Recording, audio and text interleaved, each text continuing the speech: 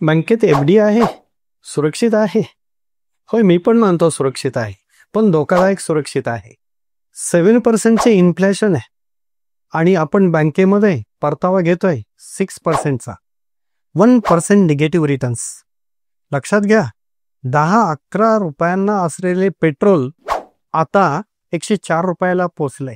10-12 रुपये लिटर असणारे दूध 70-75 झाले. 50-100 रुपयांना मिळणारी थाली 350 ते 500 रुपयापर्यंत पोहोचली.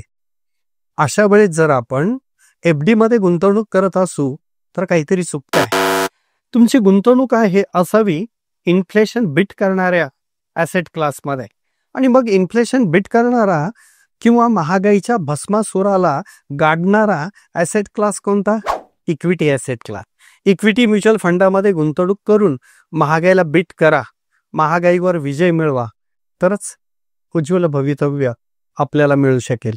तुमची प्रतिक्रिया कमेंटमध्ये नक्कीच सांगा.